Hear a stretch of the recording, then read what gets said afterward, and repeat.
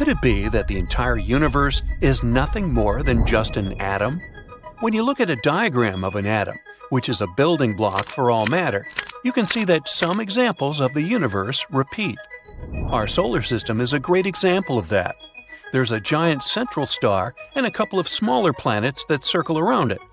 You can observe the same arrangement outside our galaxy too, with exoplanets orbiting their stars. And you can also witness that principle on a smaller scale. It's the way particles called protons and neutrons move around the center of an atom, which is called the nucleus. So imagine you have a bunch of positive magnets you're trying to stack together. They keep pushing each other away, right? That's what's supposed to be happening with the protons in an atom. They're all positively charged, so they should be repelling each other and flying off in all directions.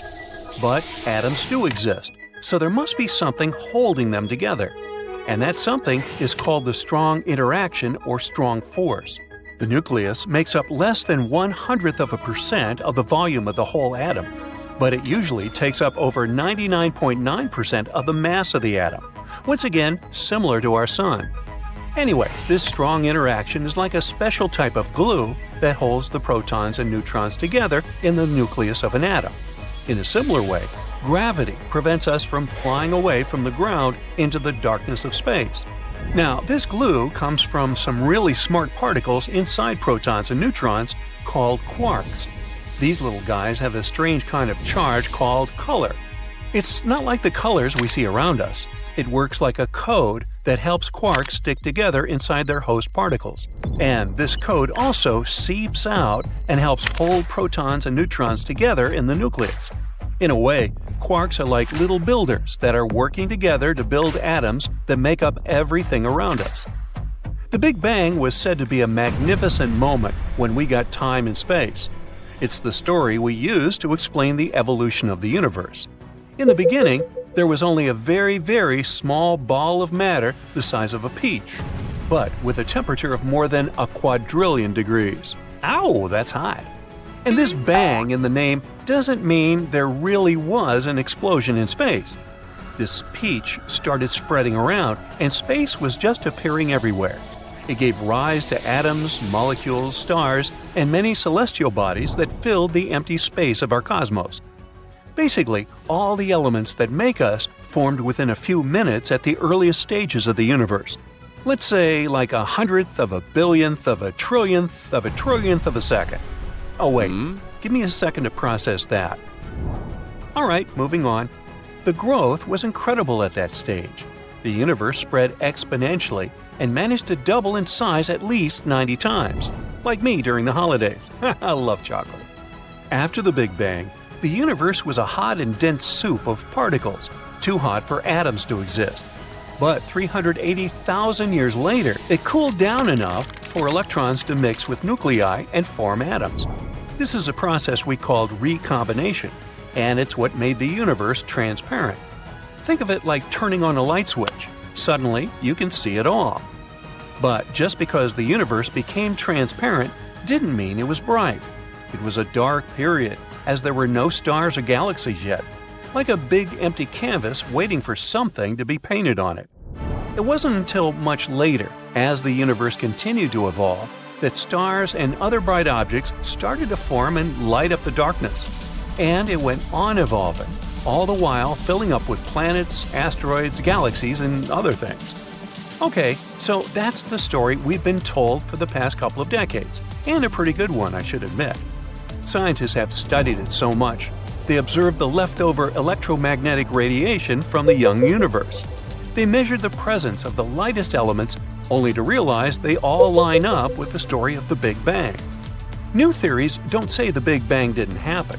It's a good picture of the cosmos in its early stages, but it's like an unfinished puzzle with some important parts missing. We can't explain what happened before the Big Bang using our current physics. So, we need some new math to explain tricky parts, like the so-called singularity. It's the point of infinite density, remember? From the beginning of the Big Bang. And that's where string theory comes in, like a superpowered toolkit that can handle gravity and all other forces combined. Now, one of the ideas that string theory has given us is the ekpyrotic universe, Imagine a big fire that sparks off another fire, and that fire sparks off another fire, and so on. Well, in this scenario, the Big Bang wasn't the beginning of everything. It was just one part of a bigger process. It's the idea of the cyclic universe, a never-ending roller coaster ride with big bangs as beginnings and big crunches as ends, happening over and over again, potentially forever. It's like the universe is constantly hitting the reset button and does it in a really fun way. We could look at this singularity, according to some theories, as a single particle in a much larger system, much like an atom is made up of subatomic particles. And considering all that, the idea says every nucleus of an atom could have a universe inside of it. So our entire universe is just a tiny part of an atom in a much larger universe made of atoms with more cosmoses, with more atoms and more cosmoses. So twisting. The early versions of the idea of the cyclic universe still had one big issue. They didn't match up with our observations of the cosmic microwave background, which is a fossil light that shows how the universe looked when it was only 380,000 years old. So, in March 2020, two physicists from Canada published a study that revealed the math behind the cyclic universe that we missed earlier. If we focus on the moment when the universe shrinks to an incredibly small point and then bounces back to a Big Bang state, we might be able to match up with our observations after all.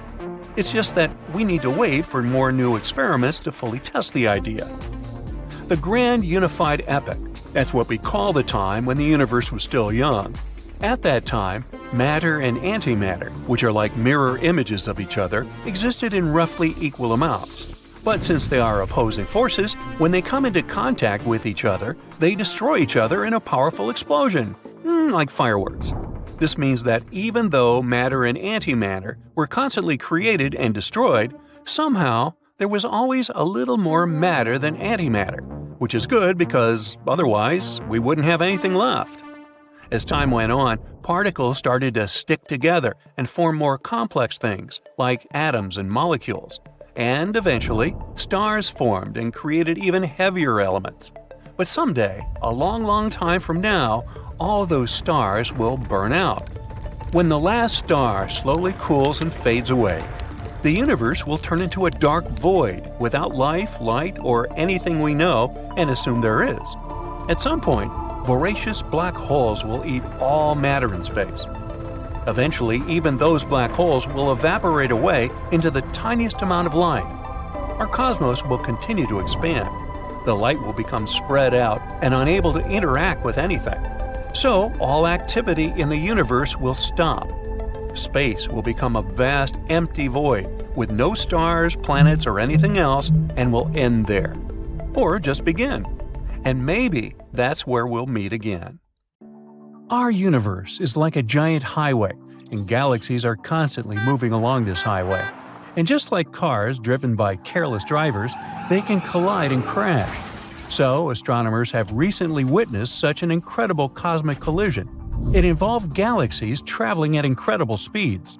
Using advanced instruments, researchers clocked one galaxy traveling at a speed of around 2 million miles per hour as it crashed into a group of other galaxies.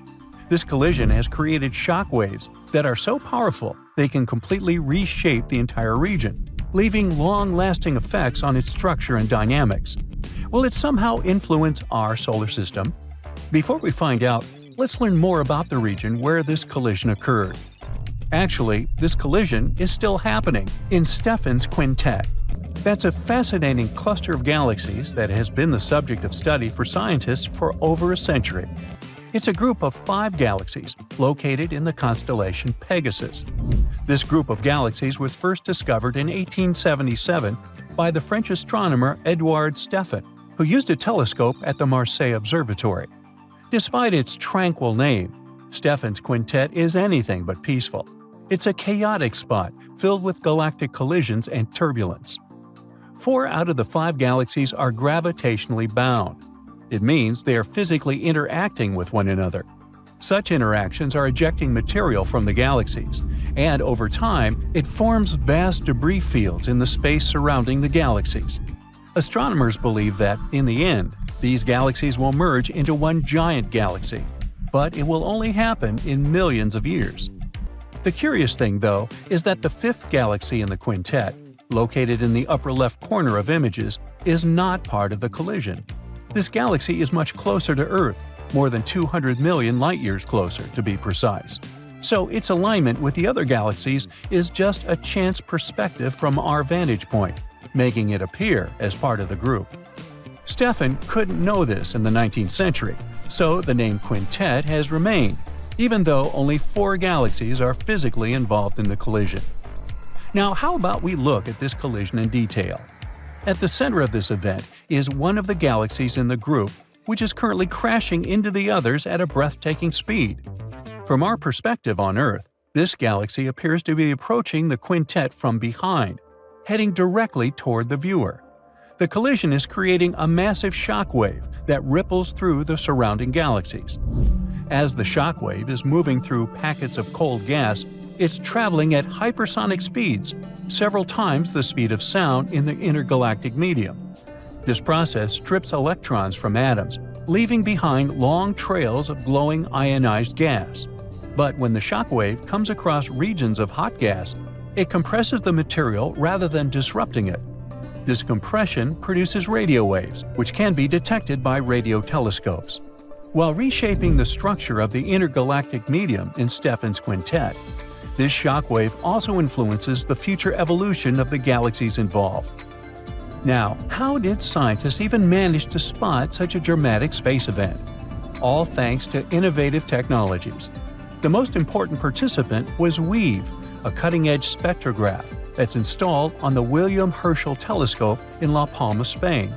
This tool specializes in gathering spectroscopic data, which is the information about how matter absorbs or sends out light and radiation. It allows astronomers to examine the movement and composition of space objects with great precision. Besides WEAVE, researchers have used data received from a few other large observatories. One of those was LOFAR, Low Frequency Array. It's a radio telescope with an antenna network observing the radio waves the weaker shock wave produced while compressing hot gas. Astronomers combined the data received from all these instruments and managed to study the shock waves and their effects in amazing detail. This collision in Stefan's quintet gives us a fantastic opportunity to find out more about the interactions between galaxies, which can influence the evolution of the universe. You see, when galaxies crash into each other, their gas and dust gets redistributed, and it can trigger the formation of new stars and even cause central supermassive black holes to grow. And if we talk about Stefan's quintet, the ongoing collision in this area helps us get additional information about the behavior of gas under extreme conditions. Now, at the same time, galactic collisions aren't as rare as you might think. They're common on a cosmic scale, and in the early universe, collisions occurred even more frequently because galaxies were located much closer together. With time, such interactions have played a key role in shaping the universe. Even our own galaxy, the Milky Way, has experienced tons of past collisions. We can see the evidence of such destructive interactions in the form of debris streams and disrupted star clusters within the galaxy. In fact, astronomers predict that the Milky Way will collide with the neighboring Andromeda galaxy in about 4.5 billion years, eventually forming a new, larger galaxy. Even though they're moving at incredible speeds, galactic collisions are super slow processes from our human point of view. While galaxies may travel at millions of miles per hour, the distances they cover are so vast that mergers take millions to billions of years to complete.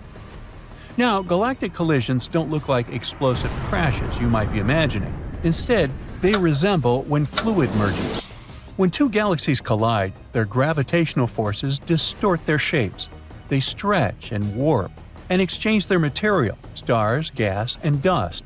As a result, tidal tails, rings, and even bridges between galaxies form. One of the most famous collisions between galaxies is ARP 148. During this cosmic crash, one galaxy became shaped like a ring, while the other stretched in a long tail-like form. That's how powerful gravitational interactions between galaxies during collisions are. But however impressive intergalactic collisions are, collisions between neutron stars, those ultra-dense remnants of massive stars, are among the most energetic phenomena in the universe. Neutron stars are incredibly small and dense. Just one contains the mass of our Sun packed into an area the size of a city. When two neutron stars collide, they often merge to form a black hole, releasing immense amounts of energy in the process. These events produce gravitational waves, ripples in space-time, that can be detected by instruments like LIGO and Virgo, as well as bursts of light that outshine billions of stars. On Earth, the possibility of a galactic collision directly affecting us is extremely low. Luckily, the timescales and distances involved make such events harmless to life on our planet. However, smaller-scale collisions, such as an asteroid impact, are more plausible. Asteroid impacts have occurred in Earth's history, and the most infamous of them caused the extinction of the dinosaurs 66 million years ago. And while large impacts are rare, astronomers closely monitor near-Earth objects to protect our planet from potential threats.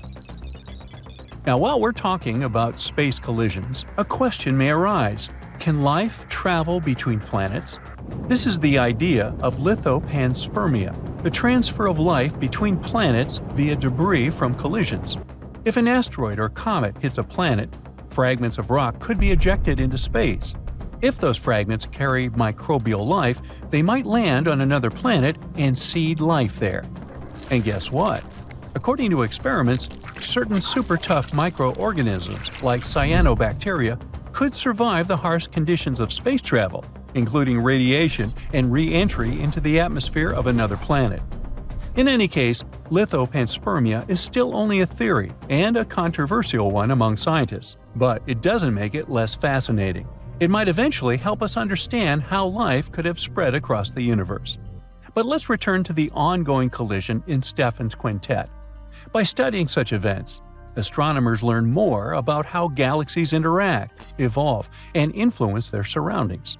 Hopefully soon, we'll find even more interesting facts about this process. Stay tuned. Well, it turns out black holes might not be as elusive as we once thought. They might be hiding within stars. In this case, the extra mass of some of these space lanterns could explain weird gravitational effects in the universe. Previously, dark matter was the cause of these phenomena. The black holes I'm talking about might be those itty-bitty ones that appeared at the dawn of time when the universe was just a baby. And they may still be lurking in the hearts of giant stars. A team of scientists say the idea might be quite plausible. Astronomers could detect such trapped black holes by the vibrations they produce on their star's surfaces. And if there are many of them out there in the cosmos, they might function as the very dark matter that holds the universe together. Almost any black hole was once a massive star that collapsed in on itself and became incredibly dense. Black holes have immense gravitational pull. Even light can't escape their clutches. People often think that black holes work like vacuums, pulling space inside. But that's not the case. Black holes can only swallow stuff that is extremely close, usually space objects venturing into their event horizon. That's a black hole's point of no return. Once you cross this border, there's no escape. In 1971, renowned physicist Stephen Hawking suggested another origin of black holes. If we took the thick soup of particles that appeared moments after the Big Bang and the birth of the universe, we'd be bound to find some spots dense enough to collapse and create black holes. Such holes, which got the name of primordial black holes, could range in size from microscopic to gigantic. If they were pervasive and numerous enough, primordial black holes could act as dark matter, knitting the cosmos together with their enormous gravity. And dark matter is believed to make up 85% of all the matter in the universe. So what's the matter? Astronomers have been searching for primordial holes by looking for flashes that would occur when they pass in front of distant bright objects, magnifying their light like a lens. But they haven't spotted even one yet. On the other hand, if a primordial black hole was tiny enough, with a mass like that of an asteroid and a diameter as minuscule as a hydrogen atom, the flashes wouldn't be bright enough to be detected by such surveys. Then the team, researching the phenomenon of primordial black holes, decided to consider the consequences of a universe where dark matter was made entirely out of tiny black holes. They concluded that one of such teensy holes could be dashing through the solar system at any given time. Some might occasionally get trapped within gas clouds, giving birth to new stars, ending up in their centers. The next step of the researchers was to build a model of a black hole existing in the very core of a star, where hydrogen atoms undergo fusion and produce light and heat. At first, they didn't see anything unusual. Even a super-dense stellar core is mostly empty space, and it wouldn't be easy for a microscopic black hole to find matter to consume there. That's why its growth would be incredibly slow. It could take longer than the lifetime of the universe for this tiny hole to eat a star. But what if a larger hole, as massive as the dwarf planet Pluto or asteroid Ceres, appeared at the center of a star? Then it would get bigger in a matter of a few 100 million years. The material would keep spiraling into the black hole, creating a disk that would heat up because of friction, emitting radiation. Once the black hole grew to the size of Earth, it would start emitting even more radiation, shining extremely brightly. It would also be churning up the star's core, and the star itself would turn into a black hole-powered rather than a fusion-powered object. Such entities were dubbed Hawking stars. To cool off, the exterior of a Hawking star would form a red giant. That's what our Sun is likely to turn into as it gets older. But a red giant star with a primordial black hole at its center would be cooler than the stars that have reached this stage through regular means. Such stars are known as red stragglers. To find out whether they indeed host a black hole, astronomers might need to tune into the frequencies at which stars vibrate. Since a Hawking star would mostly affect the interior of the star rather than its topmost layers, the star would thrum with a certain combination of frequencies. The waves created in the process could be detected in a way the star's light would pulse and throb. So, all scientists need to do now is study the already known red stragglers and figure out whether any of them show the characteristic vibrations of a black hole. Now, should we worry about the Sun? Since our star hasn't reached its red giant stage yet, we can't know whether it'll turn into a cool red straggler. What we know, though, is that our star might contain those tiny black holes that formed in the Big Bang. But now, we have no means to check whether they're indeed there. Currently, our star is around the midpoint of its existence, middle age. It creates energy non-stop by fusing hydrogen atoms within its core. Once it runs out of hydrogen in its core, it will enter its red giant phase and begin to collapse. It'll happen in about 5 billion years, don't hold your breath, and the phase itself will last for 1 billion years or so before our star depletes its fusible materials and loses its outer layers. It will leave behind a tiny white dwarf star half as massive as the Sun and around the size of our planet. In some cases, when the gravitational collapse of a star's core is complete, the star remnants turn into a black hole. But that's not the fate awaiting our Sun. You see, our star just doesn't have what it takes to become a black hole. It's not heavy enough. There are a few conditions that can affect whether a star can turn into a black hole, including its composition, rotation, and the processes that lead to its evolution. But the main requirement is still the right mass. Stars with 20 to 25 times the mass of the Sun can potentially experience the gravitational collapse needed to form black holes. In other words, the Sun is simply too small to form a black hole. But what would happen to us if it did? You might assume that if the Sun turned into a black hole, our planet would be doomed to be pulled into it. But do you remember the basics? Black holes aren't giant space vacuum cleaners, just sitting there and waiting for a new planet or star to get their hands on. Mwah. But black holes don't have enough gravitational force beyond that created by their incredible mass. And if the Sun were to turn into a black hole, which will not happen, this hole would still have the same mass as our former star, and Earth's orbit around this newly formed black hole wouldn't change. But all other things would change dramatically. The Sun, which is currently around 432,000 miles in radius, would shrink to a mere 1.9 miles in radius. But you wouldn't be concerned with the absence of the bright yellow sphere in the sky, since you have many more pressing issues on your hands. Our planet's main heat source would be gone, leaving us frozen in the dark. Without this source of energy, photosynthesis would immediately stop, disrupting entire food chains.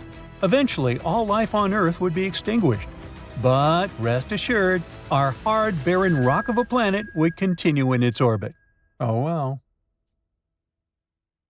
Everything around you, including the walls, the potted plant you always forget to water, and the chair you're sitting on, has a soul. At least according to Panpsychism supporters. But give me a second. I need to apologize to that chair for sometimes pushing too hard. And if we go beyond the borders of your living room, the entire universe could be similar to a giant human brain and galaxies, to giant neuronal cells. The concept of panpsychism has been around for centuries, going all the way to ancient Greece. One of the most famous philosophers of all time, Plato, mentioned that the world is a living being that has a soul and intelligence. In the 19th century, the idea of things having a soul started a big buzz in the Western world. But in the 1920s, the logical positivism movement from Vienna took over. It said that if you can't prove something with hard evidence, it can't be accepted as legit knowledge. So, panpsychism was knocked off its pedestal and was laughed at, until recently. With all the developments in neuroscience, psychology, and quantum physics, the big brains from all over the world still can't answer where consciousness comes from, and if it's real or not. In 2004, Italian neuroscientist and psychiatrist Dr. Giulio Tononi came up with a theory saying that consciousness isn't just for us humans. 10 years later, leading American neuroscientist Dr. Christoph Koch proposed that the idea that consciousness pops out of nowhere doesn't add up. There must be consciousness in all organized lumps of matter. These scientists are working to create a consciousness meter, a practical device that could measure how conscious physical systems, including humans, are. Panpsychism supporters don't insist that everything is conscious, but that consciousness is a fundamental feature of the universe. So its most important building blocks, the electrons and quarks, are super simple forms. But they are the basis for super complex ones, like that of a human brain. It doesn't mean your chair is conscious and can start talking to you any minute. It means that the tiny particles it's made of have some kind of rudimentary experience. If it's correct, then it could change what we believed for centuries, that humans are superior to everything else in the universe. It's kinda like a Copernican revolution when humanity had to admit we're just one planet out of many, and not the center of the cosmos. This time, it has to do with our own consciousness, and we need to accept it and be more careful with the world around us. In the last 10 years, scientists have found that cephalopods are playful and creative. Fungi communicate with each other and other species, and honeybees can recognize faces and make collective decisions. Plants can feel when you touch them. Some of them can even identify the sound of running water and grow in its direction. Even slime mold, a single-celled organism with no brain or nervous system, can make decisions and figure out the best grub to munch on. Scientists even did an experiment where they laid out oat flakes like a map of Tokyo, and the slime mold went to work, building its own little subway system to slurp up all the nutrients. Looks like consciousness is everywhere. Not all scientists support this way of thinking, though, and say panpsychism is in a metaphysical limbo. According to them, we're too focused on what we can see and feel, forgetting that consciousness is connected to the brain processes. If everything from morning coffee to rocks has some inner glow, then why is consciousness such a big deal at all? And would the world function just the same way without us humans and our consciousness? Some scientists think it would go on just fine, and others are sure it wouldn't exist in the same form, because some things only exist because we perceive them. Light, for example, is made of tiny particles called photons, and it still acts like a wave sometimes. When we watch these photons one by one, they draw that wavy pattern on the wall. As soon as we try to peek at these particles, they change their behavior, like they know they're being watched. Some scientists say it's all about physical principles and probabilities, and others are sure it's our consciousness that's pulling the strings. Recent research suggests that even if nobody's watching, these particles still do their thing. and they might be observed by something beyond our human senses. It could be the universe itself watching, which means its consciousness as a whole. Or maybe there are several coexisting realities. If consciousness isn't confined to the human brain, then the Sun and all other stars could also be conscious. Biologist Rupert Sheldrake believes that consciousness didn't pop into existence from nothing, but was in the universe since day one.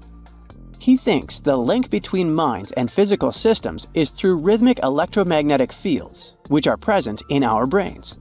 They also exist in and around the Sun, and they could be the connection between the solar mind and the body of the Sun. And if the Sun and the 100 billion other stars making up the Milky Way do have a mind of their own, then they probably don't move under the influence of gravitation or dark matter. They could steer themselves into the right position. If this is true though, then we'd probably hear from scientists who carefully map the Milky Way and have managed to trace the star's moves over billions of years. They would notice some weird motions going against the laws of gravity. Sheldrake used the Sun's complicated magnetic field as an argument to prove his theory. But there's something even more complex to study and explain out there. On Earth and other planets, the magnetic field lines come from geographic poles, but not on Uranus. Its magnetic field is tipped by about 60 degrees to the planet's rotation, and is also offset from the center by about 1/3 of the planet's radius. Researchers also found that Uranus may open and shut its magnetosphere every day. When it happens on our planet and the solar winds go through, we can see incredible aurorae at the poles. Well, if there was life on Uranus, they'd enjoy this cosmic show every 17 Earth hours or so. And as the magnetosphere of Uranus is tumbling around, it's changing in all sorts of directions, so it could be conscious as well. In fact, the whole universe has a lot in common with the human brain. The scale of the cosmos and its galaxies and the brain and its neurons are different, but the structure is really alike. The human brain functions thanks to a network of nearly 70 billion neurons, and the universe has at least 100 billion galaxies. In each system, its building blocks stick together in a complex web or network, spread out in long filaments and nodes that link them up. You can see those in pictures of both the universe and the brain. Those threads make up only 30% of the mass in each system. The rest is passive parts, water in the brain and dark energy in the universe. Scientists behind this research also compared the density of matter in the networks and the ways the webs of neurons and galaxies connect up. Again, both systems proved to be really similar. Our universe is stretching out in every direction. It's like blowing up a balloon, but instead of air, space-time itself is doing the stretching, dragging galaxies along for the ride. And as the universe expands, even light gets stretched out, making it look redder. There's no dimension the universe is expanding into. It's just space itself getting bigger. The universe is speeding up too. A mysterious force called dark energy is pushing everything apart, and scientists still don't know what it really is. Only 5% of the universe is ordinary matter. It's your hair and clothes, your atoms and organs, the food you eat and your cat you love so much, the air and the ocean, the sun and the moon. Everything we humans know and see is only 5% of everything in the universe. And maybe the truth about consciousness is somewhere in the remaining 95%.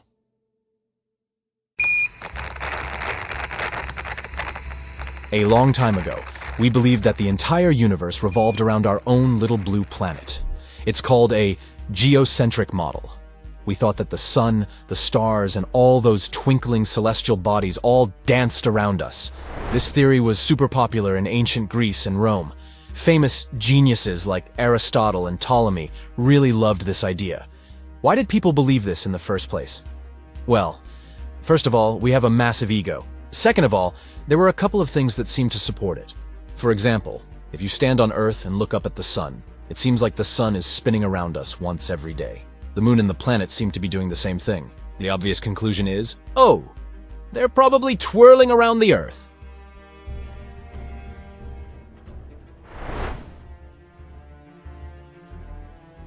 Then there's the fact that Earth feels pretty steady when you're standing on it.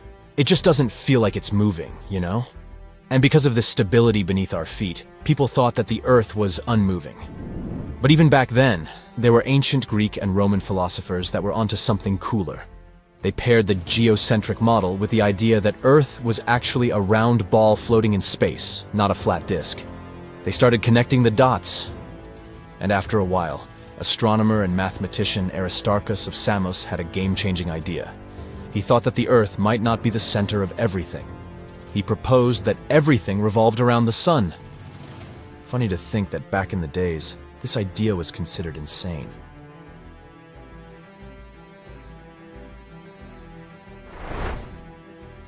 That's why for a while, most people stuck to their geocentric views. It took us many centuries to finally accept the heliocentric model, where all the planets in our solar system revolve around the sun. This idea was brought to life by people like Copernicus, Galileo, and Kepler. This change wasn't easy for people. It was hard to let go of our space crown. But gradually, we came to terms with it. And by letting go of this idea, we discovered a whole new world.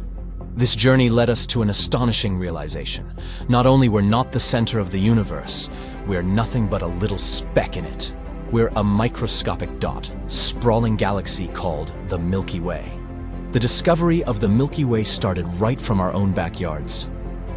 If you've ever gazed up at the stars on a clear night, you might have noticed a faint, luminescent band stretching. It's like a shimmering celestial ribbon woven with stars. That is our galaxy. It was named Milky Way because it looks like someone spilled milk on a road.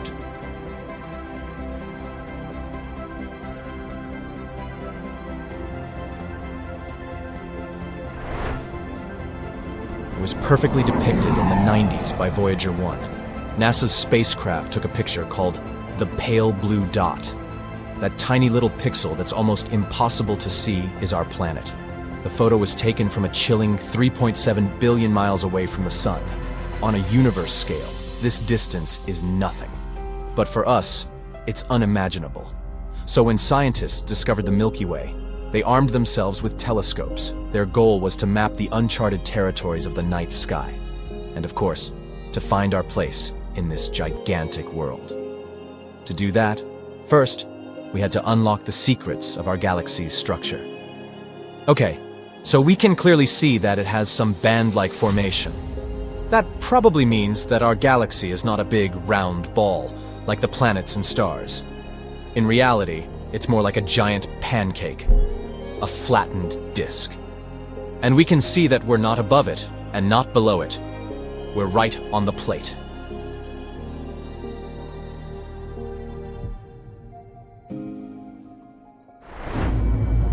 The next step is to travel across the Milky Way to map it. There's a little problem, though.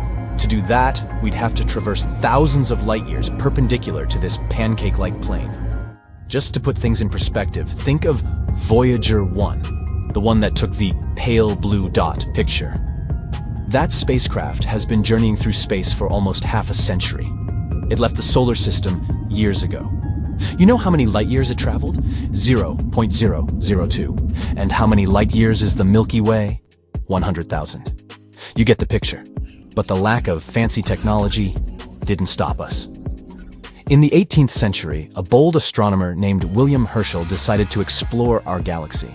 With nothing but a telescope, this Indiana Jones of astronomy started mapping the stars in the night sky. As a result, he discovered Uranus, more than 2,000 nebulas, and created the first map of the Milky Way that depicted it as a disk. The map wasn't super accurate, but still very impressive.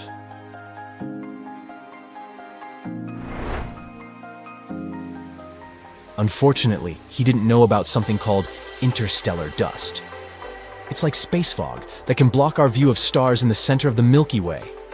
This dust made the central region of the Milky Way appear less crowded than it actually is. Now, let's go all the way to the 20th century. Henrietta Swan Leavitt, an American astronomer, was another curious stargazer. But she focused her attention on a special kind of star called Cepheid variables. These stars had a unique quirk. They pulsed, getting brighter and dimmer in a predictable pattern. Leavitt's job at the observatory was like being a librarian. She cataloged these special stars, and in doing so, she stumbled upon something incredible. A direct link between the brightness of these stars and the rate of their pulsations. This discovery is now known as Leavitt's law. It meant that by simply measuring how quickly these stars pulsed, astronomers could figure out how far away they were. These pulsating stars became the rulers for measuring distances.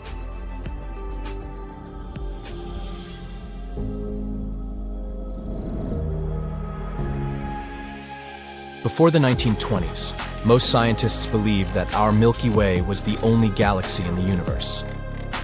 But as telescopes improved, some astronomers started realizing that this isn't the case. We started finding more and more galaxies. But if the Milky Way was just one of many galaxies, where exactly were we within it? Meet the scientist named Harlow Shapley. Armed with a powerful telescope, Shapley turned his attention to globular clusters. These are tightly packed groups of ancient stars that gather together in spherical shapes. That's when he noticed something interesting. The oldest stars around us weren't scattered all over the canvas. They were clustered around the center of the Milky Way, and they were pointing in the direction of certain constellations like Sagittarius and Scorpius. It turns out that the origin of our galaxy began from the center. It was the heart of the Milky Way, and the most ancient guys were hanging out there, which means we're not even at the center of our own galaxy. Seems like our importance becomes less and less with each new discovery, huh? Anyway, Shapley found out that we were positioned somewhere on the outskirts of our galaxy. Shapley's calculations weren't perfectly accurate, but he got pretty close. Luckily, now we have very precise and cool tools. Since then, we've since pinpointed our precise location. We're located near a partial arm of the Milky Way called the Orion Arm. It's about 26,000 light-years from the heart of our galaxy. And that was the story of how we found out where we are in the Milky Way.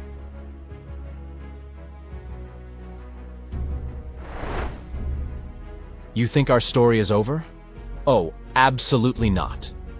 Meet Gaia, the European Space Agency's celestial cartographer. Launched in 2013, Gaia embarked on a daring mission. It has to map the Milky Way in unprecedented detail.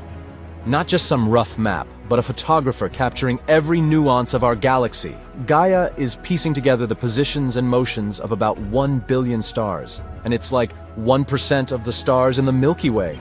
But even that tiny fraction is enough to create a masterpiece of cosmic cartography. What a grand journey it was. It led us from thinking Earth was the center of the universe to realizing we're less than a speck in the grand scheme of things. But what's more important is that this story shows humanity's drive to uncover the mysteries of the world. And there's always something new to explore. Discoveries just keep coming, so stay tuned and keep looking at the night sky. The universe is expanding faster and faster, but not all scientists agree on the reason. The main theory is based on dark energy, a mysterious something influencing the entire cosmos. But an alternative idea states that our universe might be growing after continuously colliding with smaller, baby universes. Let's try to figure it all out. The cosmic microwave background is leftover radiation from the Big Bang. While examining it, astronomers realized that our universe is going through accelerated expansion.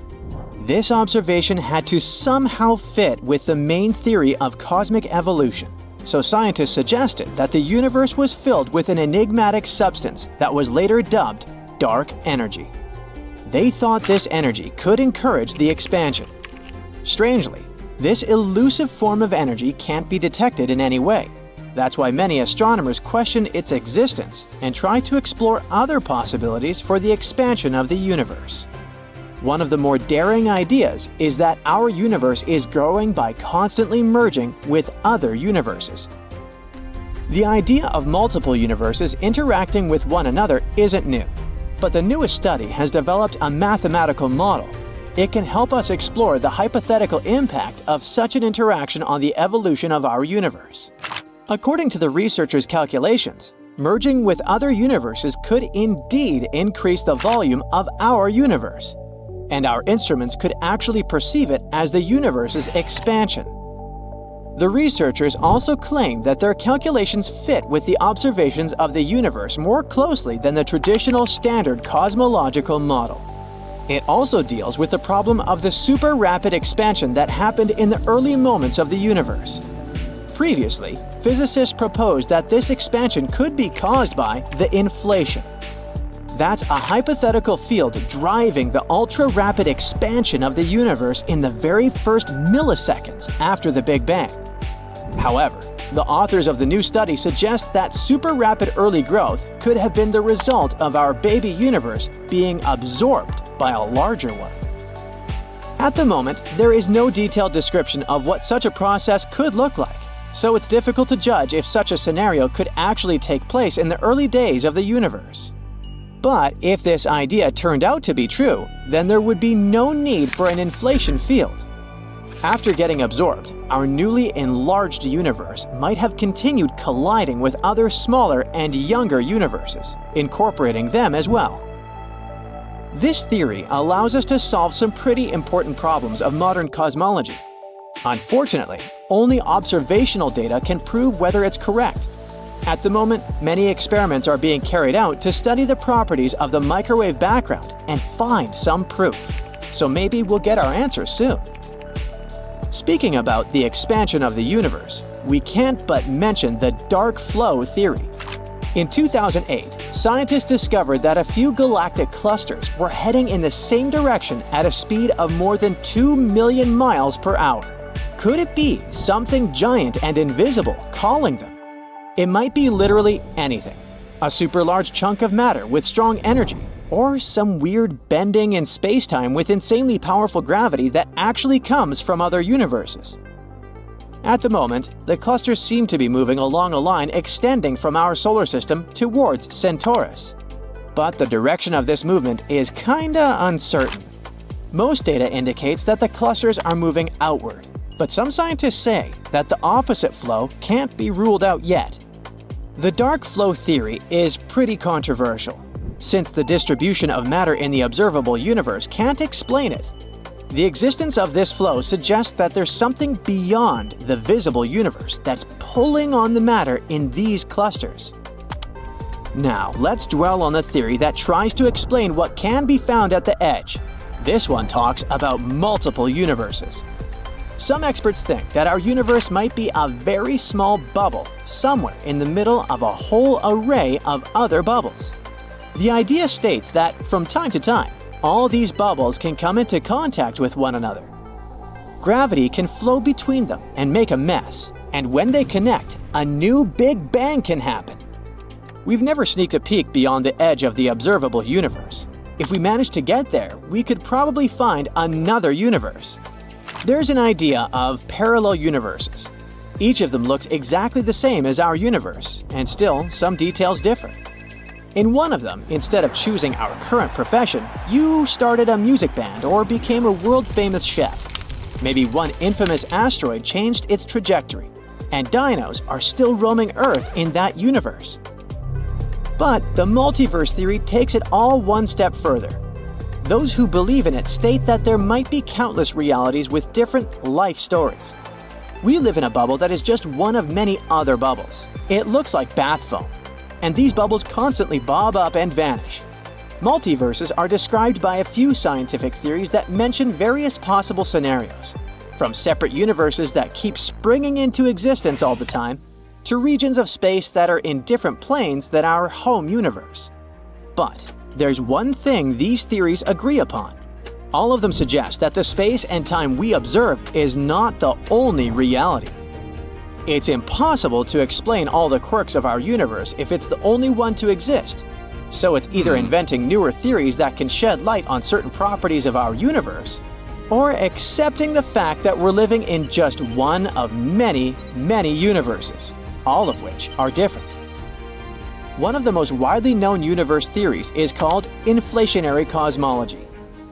This is the idea that right after the Big Bang, the universe expanded extremely fast and exponentially. Such rapid inflation could indeed explain loads of the properties of the universe we observe, like the distribution of galaxies. When this theory was suggested for the first time, it was perceived as science fiction. But with time, people started taking it seriously. Now, the theory claims that inflation might happen again and again, maybe even infinitely. And this could create constellations of bubble universes. Of course, none of these bubbles will have the same properties as ours. There may easily be places where physics as we know it doesn't exist. But even though some of these universes might look like ours, they all lie beyond the realm we can observe directly. There's also another theory, the many worlds interpretation. This one claims that there might be multiple branching timelines or alternative realities. And in each of those realities, our decisions play out differently, which means different outcomes. At the same time, the only reality you can perceive is the one where you live. If it's true, then the question is, where are all those other universes? Well, they most likely overlap in dimensions we absolutely can't access. And at the moment, it's not possible to travel between universes and dimensions. But maybe a few thousand years later, people will not only find a way to prove that parallel universes exist, but also invent a method to hop from one to another. Unfortunately, so far, there's no solid evidence that multiple universes are somewhere out there. All the proof we've got today is purely theoretical. Some experts even argue that it could be an unbelievable cosmic coincidence that the Big Bang created such a perfectly balanced universe as ours. Or, if parallel universes do exist, we might have just inhabited the one that had all the right conditions for our survival. It's still unclear whether the multiverse theory is even testable. Perhaps we just haven't thought of the right tests yet. Now, think about this. What if at one point you stopped existing in your home universe? I mean, the one you were born into. Then your consciousness was transported to a parallel universe. And that's where you're stuck now, watching this video. Write in the comments whether you think it's possible. You might not think about gravity much, but it affects everything we do.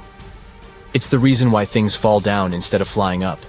It keeps us connected to the Earth, so we don't float away into space when we jump. But for physicists, gravity is something more. It's a fascinating puzzle that needs to be solved to understand how the universe works, and they're on a quest to uncover its secrets. So what's so mysterious about it? Let's see. We've learned a lot about gravity from the legendary Isaac Newton. He was the first to invent the law of gravitation. He taught us that any two objects in the universe can't help but be attracted to each other. It's like they have this secret gravitational crush going on. How strong this attraction is depends on two things. How big the objects are, that is their mass, and how close they are to each other. But here's where it gets cool. Gravity isn't just a two-object dance. It's a complex space choreography. Take our solar system, for example. The sun plays the lead role, using its gravitational pull to keep all the planets in their orbits. But each planet also has its own gravitational mojo, tugging at the sun and even its neighboring planets. Then, a few hundred years later, another hero, Albert Einstein, took gravity to a whole new level. He described the theory of general relativity. According to Einstein, gravity isn't just a regular force. In reality, it's curving and warping the fabric of space-time. Think of it as a heavyweight champion sitting on a rubber sheet. The sheet bends and curves under the weight, and the smaller objects nearby can't help but roll towards the heavyweight. Now, even though we can't see space's curves with our own eyes, we can see what happens to objects that get caught in its grasp. Getting pulled by gravity is like being caught in a whirlwind of forces. The caught object starts spiraling downward, just like a coin in those penny slot cyclone machines you find at tourist shops. Or it might move gracefully in circles, like bicycles racing around a velodrome track. Gravity is the primordial force that guides our entire world. Without it, there would be no stars, no galaxies, nothing. But where does it come from? Well, that's the million-dollar question. And we don't have a complete answer just yet. But we do have some guesses. First of all, we know that gravity is more than just a feature of space. It's a force that pulls things together. Surprisingly, it's the weakest force among them all. But let's take a different look at gravity. Something that may surprise you. Instead of being a force that directly pushes or pulls objects from a distance, it's more like a dance. Gravity, as amazing as it is, doesn't perform alone in this dance. It shares the spotlight with other forces, like electromagnetism, for example. Let's imagine two electrons. There are dancers. Now, they don't directly push or pull each other like you might expect. Instead, one electron creates a special kind of field around itself, like an invisible force field. This field sets the stage for the show. The other electron senses this field and starts to twirl and interact with it. It's like they're following some choreography. And when we watch this dance, it looks as if the second electron is being pushed or pulled by the first one. But in reality, it's all about the intricate movements and interplay between the dancers and the field they're dancing in. The dancers never touch each other directly, but their interactions through these fields make it seem like they're connected. It's a magical display of fields and movements coming together to create the illusion of forces at play. The thing we call gravity. So even though it's not a force in the usual way, it behaves like one. We call it an emergent force, because it emerges or comes out from the way space and objects interact. Which is why, if we want to get technical, some scientists prefer to avoid the words gravitational force and opt for the term interaction. It's just a way for particles to mingle and exchange energy and information. Electromagnetic interactions, gravitational interactions, they're all part of this grand soiree. At least that's one of the theories. Some scientists also think that gravity might be made up of tiny particles called gravitons. These sneaky particles work behind the scenes, making objects attract each other. However, we haven't been able to directly see these elusive gravitons yet. So, according to this theory, gravity is both a force and a potential particle. As you can see, we have some struggles with explaining how gravity works on a large scale. But at least we have a good understanding of how it behaves in certain situations, like how planets orbit the sun, or how objects fall to the ground and stuff. But what happens when we zoom into the atomic scale? And what if we venture into the depths of black holes and the Big Bang? Now here's where gravity's wild ride goes off the rails. First, let's enter the realm of quantum mechanics. There's something peculiar that happens in this tiny world. Gravity, the force that pulls things together, seems to take a back seat. On a microscopic scale, other forces like electromagnetism take the spotlight and become the superstars. They're overshadowing gravity, and this leaves scientists scratching their heads, wondering, is this possible? Why does gravity suddenly fade away? So far, we have no idea. And when it comes to the grandest scales, where immense objects like black holes, gravity takes on a whole new level of complexity. For example, inside a black hole, laws of physics and gravity, as we know them, basically fall apart. It also decays when we try to understand how gravity behaved immediately after the Big Bang. Where did it even come from? We have no idea. In other words, we find ourselves in a cosmic fog when it comes to understanding gravity. But fear not, scientists are working hard to learn more about this enigmatic emergent force.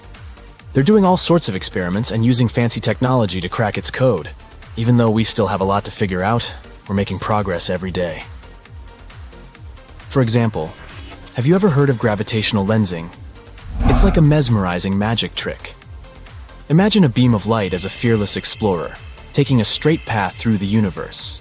But as it encounters the gravitational pull of a massive object, the light's journey becomes a wild roller coaster ride. The gravity of the massive object bends the fabric of space-time, creating a funhouse mirror effect. Our brave beam of light finds itself curving and twisting around the massive object, following a new unexpected path. But as the light changes its trajectory, it also reveals to us distant and hidden wonders that would have remained invisible otherwise. The light can magnify, distort, or even create multiple images of faraway objects. So all the things that have been playing hide and seek with us finally become visible, like black holes. There's also a mind-blowing idea called gravitational waves. Einstein predicted their existence tens of years ago, but only recently have we finally been able to confirm them. And that was a huge breakthrough in the science world. These waves carry the echoes of cataclysmic cosmic events, such as the collision of massive black holes or the birth of newborn stars. Just like dropping a pebble into a serene pond, these crazy events cause a ripple effect. But instead of water, it's space-time itself that ripples and warps. Scientists have just recently developed a way to listen to these whispers. They've created instruments capable of detecting these gravitational waves. These instruments, known as interferometers, are like ears that are finely tuned to catch the subtle vibrations of the universe. But one thing's for sure. Gravity is a superstar that shapes our universe. It keeps everything around us connected and rules our entire universe. The quest to unveil its ultimate secrets continues, and it's a thrilling adventure for scientists and curious minds alike.